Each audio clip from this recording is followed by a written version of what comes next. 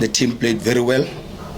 The game plan worked as we expected up until the moment whereby there was an individual error, if I can put it like that, from our defender, because the situation could have been dealt with ease.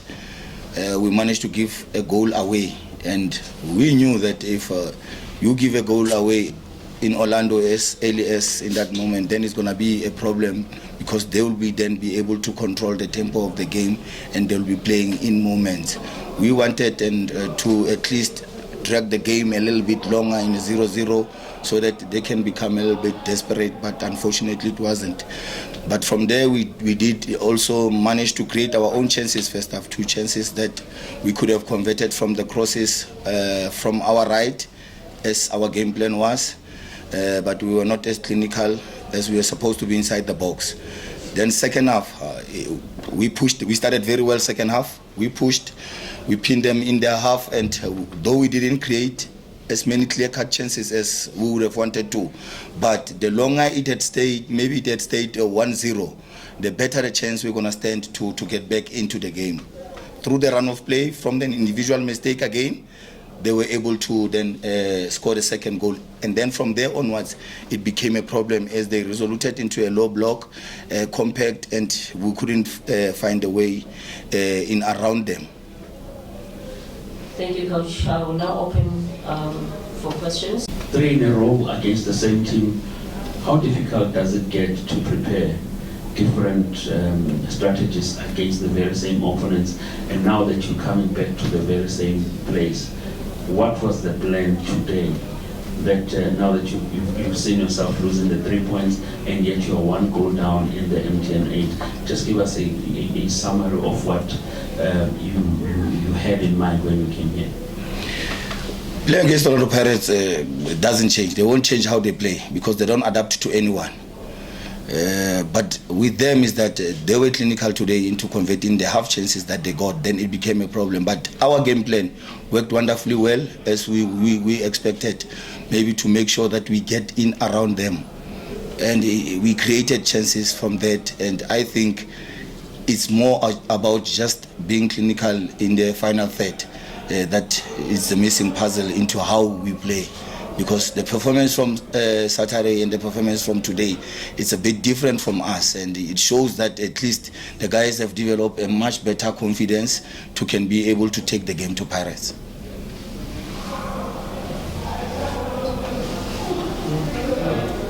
Sorry, excuse me, Lawrence. Coach Lawrence from Disney Times.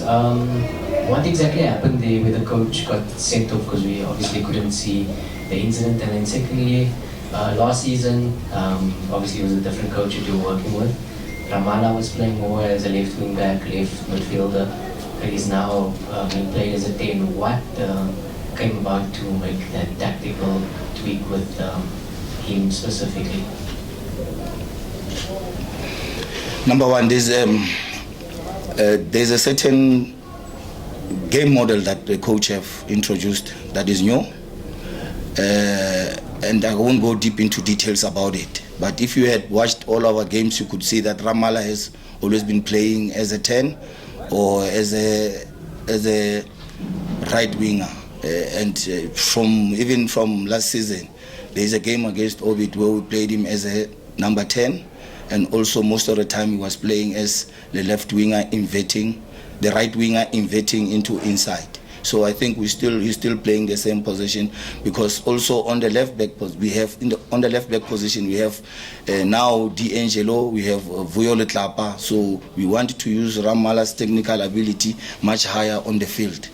So as to what happened on the bench for our coach to get a red card, it was just a moment of like a misunderstanding between the fourth official and the ref, because the honest question that our coach asked was that, why are you taking so long? But from whatsoever frustration from the fourth official, she ended up telling the referee that, you know what, the coach is using, I don't know, uncalled for language. Okay. Next question.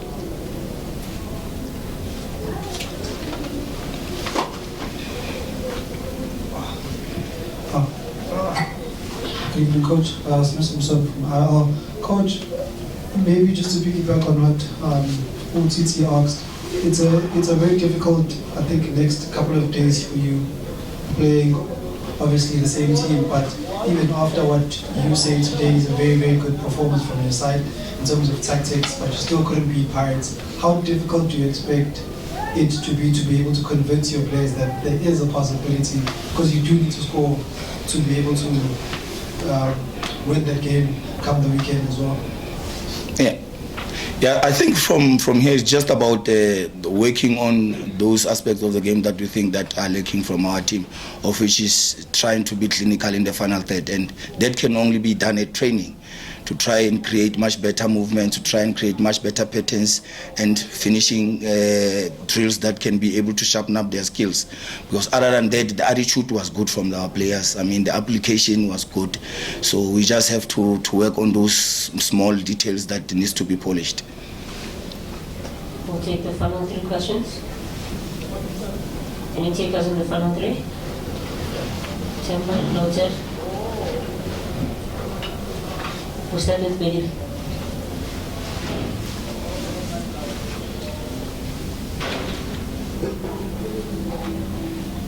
One, two. Okay. Thank you. My coach. Hello, sir, how are you? No, I'm not a coach. Sharp. These young boys must know that you are a Ghanaian before. Nah, they do. They most definitely know. From about 2000, yeah. Yeah, maybe Sister Andy can tell them better. Yeah. Paulo, last season, early, you were counting 6 points from FNB Stadium to Orlando.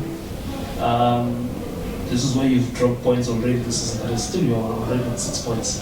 Do you think maybe you are not really paying the price, but it's also when you have a new youthful team that, not saying it's lacking the X factor, but maybe just that final touch, or just the killer instinct, because if you saw, as you say, you had some key chances that you didn't take. You think that transition, having lost some of your more experienced players and you're building a new team, that's what we have to correct? Yeah, most definitely. That could be another factor, maybe. Because also we lost experienced players that could make a better decision in crucial moments. Because look at the game that we played against Chiefs in FNB last season, the game that we played against Pirates here last season.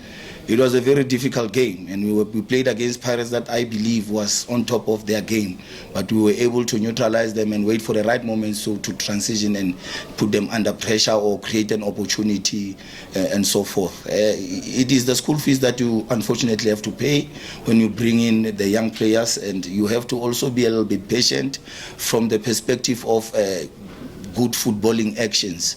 Good footballing actions, they're still gonna let you down, and you must be able to be patient and then wait for the right moment until they can be able to do that. But with the attitude from the boys, we are very happy.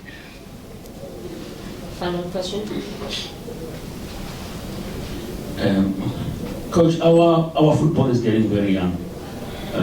We've seen teams introducing youngsters.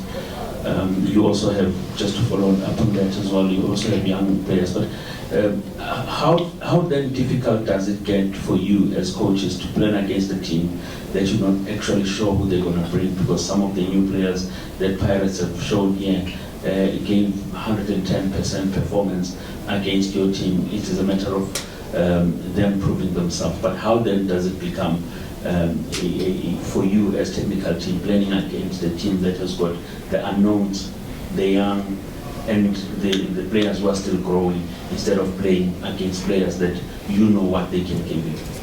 Yeah, we rely a lot on our analysis, and with teams like Pirates, Chiefs, and Sundowns, you'll always be able to find maybe the profile of the players that they're signing deeper into details, and also we're doing a whole lot of scouting from the NFD, so we know majority of the players that are in that level, and also in ABC Motsepe Champions League, ABC Motsepe League.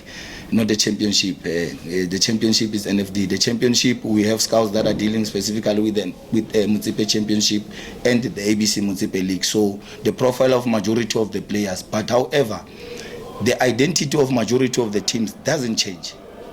Regardless the personnel, it doesn't change. You know that even if Golden Arrows can bring as many young players as they can, they'll still want to play a lot on transition. Same as Richards Bay. It is the same as Pirates. If they bring whoever players that they bring, they should fit into the style of play of Pirates. So it can be easy for us to analyze and to understand that, okay, this is the structure that Pirates is going to be maybe implementing for a certain game. And then this is the personnel he's going to play in this position. That doesn't change.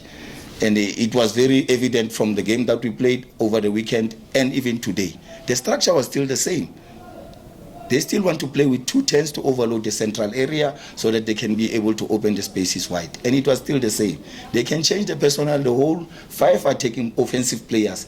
But however, the way they're going to approach the game is still going to be the same because it's the Pirates' way of playing. Same as Kaizer Chiefs, same as Orlando Pirates, or as Mamelodi Sundowns. Thank you, Coach. And that note, reached the conclusion of our press conference with Sekhukhune United. We'll be back shortly with the Pirates.